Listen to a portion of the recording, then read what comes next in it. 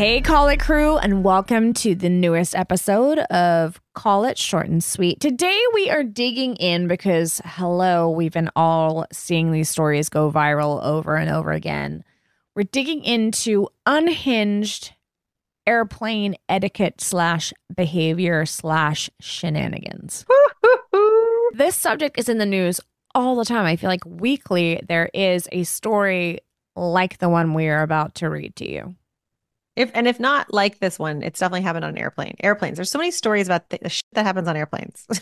I know, for real. Okay, why don't you read it? So, a 21-year-old woman whose boyfriend recently got a great paying job decided to surprise her and treat her to a first class ticket for her trip. She was very excited about it because she had never flown first class before. And shortly after takeoff, a woman approached her, that was the flight attendant, and asked her to switch seats with someone who had booked two tickets in first class, but somehow they had gotten messed up and she was separated from her son, and the son ended up in economy and she was in first class, and asked this young woman if she would please trade seats. Does that make sense? It does make sense. Why isn't the mom giving him the first class seat if you want him to experience it She wanted to be, I guess she wanted to be with him? Maybe he's yeah. little. I'm sorry, you gotta. I mean, first off, do I feel the mom? Yes, you book two seats in first class. You're excited about it. Now the airline screwed up, and we all know, I'm sorry, airlines screw up things all the time. This is where you get to the front desk before you get on the flight, and you're like, what the heck? Can I get some sort of like, what? How can you make this up to me? Because this is what I booked, and now you've screwed it up, right? And you have the conversation with the airline. Here's my question in this scenario. Why wouldn't this woman, given the situation, because she wants to be with her son, she wants to sit with her son, right? Ideally, that's the goal. Why wouldn't she trade her first class ticket for the economy ticket next to her son? I mean, if she wants to be next to her son, Oh, yeah. if that's the goal, then Yeah. why wouldn't she trade her seat with the person that was sitting next to him in economy? Well, because I don't think that's the goal here. I do think she wants to The sit goal is with for both him. of them to sit in first class. That's going to happen in 2 seconds. Like, raise your hand if you'd like to sit in first class. Like, I'm in by the toilets in economy. I'm like, yes, please. I'm running down that aisle. There's going to be a very easy way to fix that, right? She wants her son to have the experience. This is super entitled, obviously. It's crazy, but also I think if we're gonna call it what it is, and I'm a little fired up, like call it what it is, do the right thing. Do the right thing. Don't ask someone to give up something that they're super excited about for you in this situation. Like you give up your seat and you go sit next to your son if that's what's most important to you. So I'm gonna call it what it is, and it's selfish. Super selfish. Are there any scenarios where you think that you should maybe consider giving up your seat? Yeah, I have given up my seat. I honestly can't think of a time that I haven't given up my seat. And every time that I did, it made sense. It was so that, people who were traveling together could sit next to each other. And I was in a situation where it was of no import to me because I was traveling alone and I was happy to do that. And I even did it like if I like a window and I was traded for an aisle in the situation, I've sort of been like, I don't know, what goes around comes around. And I would give that up in that situation. Would you draw the line at a middle seat? So that is a tough one. I know, because no one wants the middle. No one wants a middle trade. No one wants the middle. So in my particular life, we go very high low in our family. We are either, I'm either flying for work and I'm in, first class or business class, or we're traveling, party of six. On this one particular time, I was flying alone with the three girls, and Josie was probably 4 or 5 years old. And they'd messed up all the seats and they had us scattered even though there was just one mom and three kids, they had us completely scattered. So we get on the plane. I'm like, we're gonna figure it out on the plane. And I figure out a way for Eve and Poppy to be next to each other. But then I was like, well, someone has to be next to Josie, and it's gotta be me. So I go to the woman who's on the aisle. I've got the window in the middle. And no, sorry. So I go to the woman who is sitting in a seat that's an aisle that would make it so that Josie and I could sit next to each other, but I can only trade her for a middle.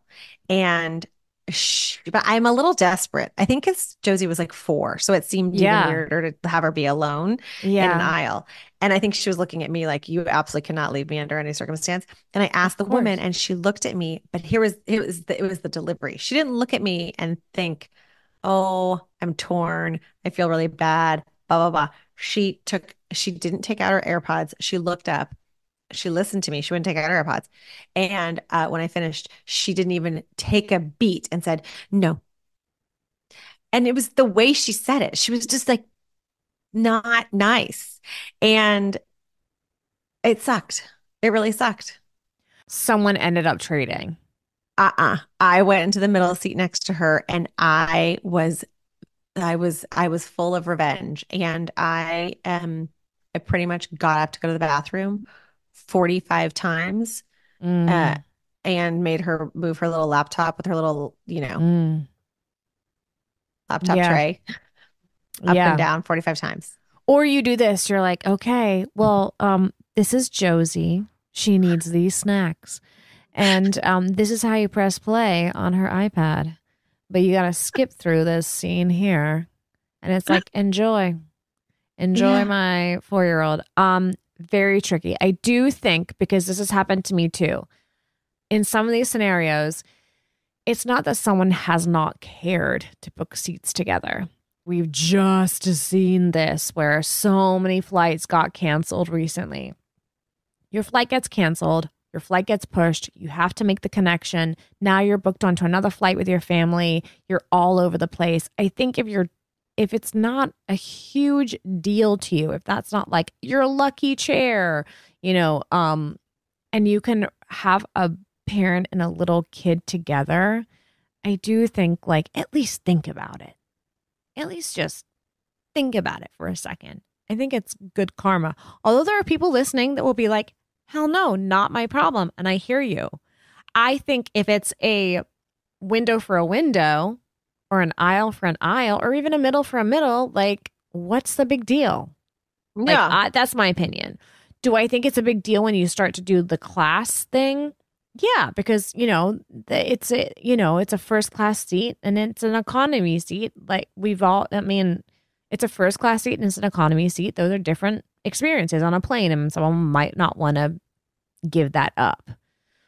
Well, yeah, and they're not just attached to an experiential value. It's a monetary value. So in this case, for this woman whose boyfriend bought her the seat, it cost more money, and it was a treat. I don't even think it matters if it's like a treat. Maybe you're on a business trip for the 100th time and you're in first class. Like it's, you got to talk to the airline about that. And I don't know why an air hostess, what do you call them in this, an attendant is glaring, you know. Yeah. Help reunite the kids together in economy. Offer up that first class ticket, and I love that this woman though is like, my son will appreciate this experience more than you. Like, what? How the f- do you know? I know. Little I Bobby know. is 2 and he needs his caviar. Like, what are you talking about? Like, maybe she'll appreciate it also. You really have a thing with Bobbies. I do have another airplane story that I saw on TikTok. And it was about a woman who was maybe like 9 months pregnant. She had a seat in economy.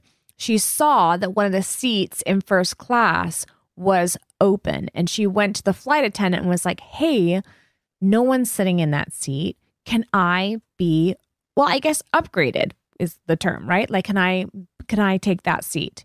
The flight attendant said no. Why? Don't know. Everyone in first class was like, just give her the seat. Still said no. Eventually, someone ended up giving her their first class seat and taking hers back in economy. So my question is here, and I don't understand this because I already know your answer. I've seen this before on flights.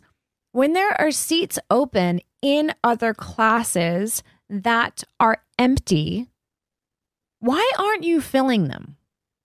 Like, why aren't, like, it doesn't, if I paid for a first class seat and then I saw a seat empty, and then someone take that seat that had paid for an economy ticket or something like that, I wouldn't stand. Excuse me, I'm just checking. Don't they need, like, I would not care. I don't desperately need that seat to stay open for the flight because I paid the extra money for first class. I think they're probably worried about mutiny. Like if one person just took, like that's why they try and take care of all that stuff at the gate, right? Like don't you see people where they get called up and they get upgraded? I mean, because there probably shouldn't be empty seats in first class. They should just fill those first. But they don't. I know, but they can't just have people like coming up from economy and plopping down there, I don't think. Well, I'm not talking about a plop. I'm talking about a conversation. Well, no, I'm not just saying, I'm not saying it's like musical chairs. People are running. No, I'm not saying like Jan's strolling up and she's like, this looks comfy. I'll take 1A. No, I'm saying like, I don't know why they don't discreetly maybe go at if they see someone. Like Sneaky Sally sits down and Jan couldn't get it done. Maybe Sneaky Sally can. She just slyly It's like that scene in Bridesmaids with Kristen Wiig when she's like, help me, I'm poor. Isn't there a system here where you get that seat maybe? I don't think they should be left open. Jessica, you want them all to be left open. I don't really care. I mean, I'm like, I don't really care if they're open, if they're filled, fine, whatever. I just find I'm very uncomfortable when people get into disagreements on a plane. I'm not a terribly claustrophobic person in all ways, but on planes I can get a little claustrophobic.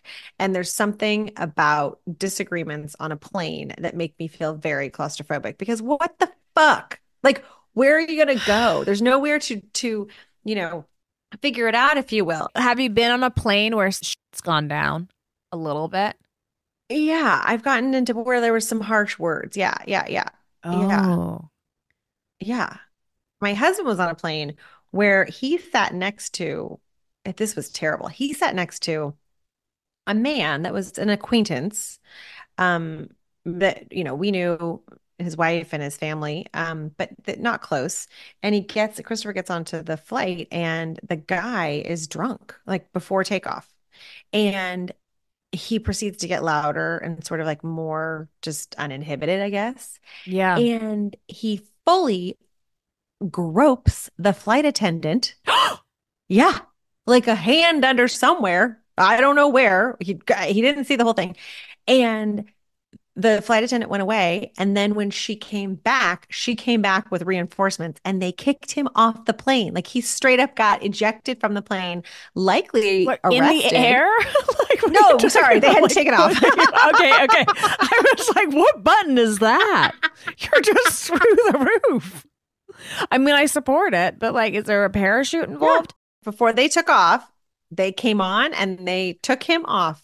But I mean, how horrible, number one, that someone would do that. And number two, what terrible luck that we knew him.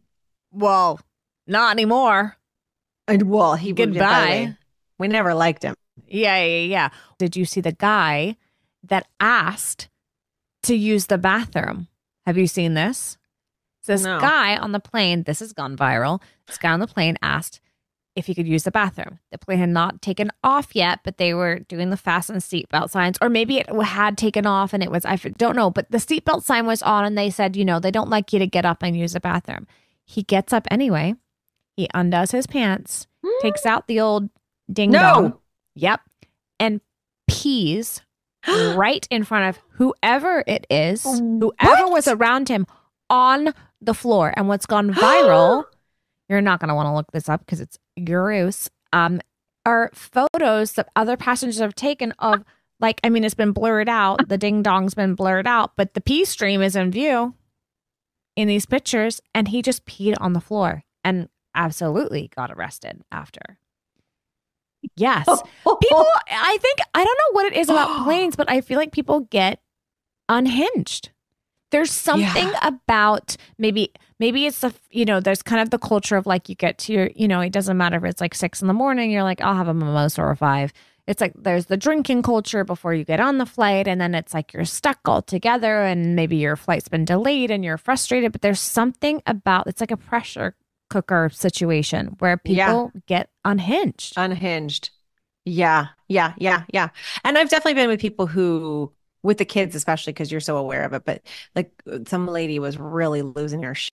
And it was, she was on the phone. Honestly, I didn't hear the other person's side, but her side, it was just, they were screaming at each other and all the expletives. And I mean, I was like, yeah, there was a lot of earmuffs, a lot of covering of ears. Lot. Okay, I do have one more story. This one's a little bit juicy. This one also went viral on a plane. Guy on a flight recently sat next to some chick, strikes up a very loud conversation, clearly married, and is hitting on the lady next to him. Okay. Is this, in fact, I want to know from our listeners, is this okay to do? This is the scenario. The guy gets on a flight, talks to the chick next to him, is married, but is talking very loud and clearly starts the conversation of, hey, we're flirting, da da da da, gives enough information about himself that he could be ID'd, talks about how once they get off the flight, they're going to hook up. They're going to go, and clearly it's an affair in the making. In fact, I think at one point, maybe they went to the bathroom together. Anyway, the woman a few seats in front takes some pictures, puts them on the web, and is like, is this your dude? Because your husband, who is this person, is hitting and is full on ready to have an affair whenever he lands in wherever it was. My question is if you hear an affair in the making on a plane, do you feel like it's your duty to expose it? Now, would I do it? No, because, like I would say Hail Mary and hope that lady finds out. But is it wrong by the way, to do it? What's the end of the story? Oh, did she find? Yeah. It was plastered all over the web. And in 2 seconds, of course, that wife was like, this is my husband. Thank you so much. Yeah. Did not know that affair was about to happen. Wow. My point is that these are the kind of crazy shenanigans going down on flights. You got people peeing. You got people starting affairs loudly. Groping.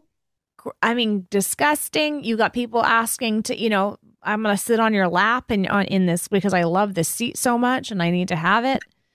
47B.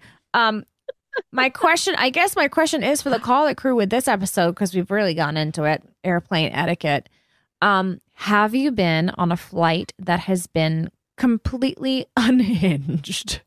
Mm-hmm. Hit us in the comments. We want to hear this. And what happened?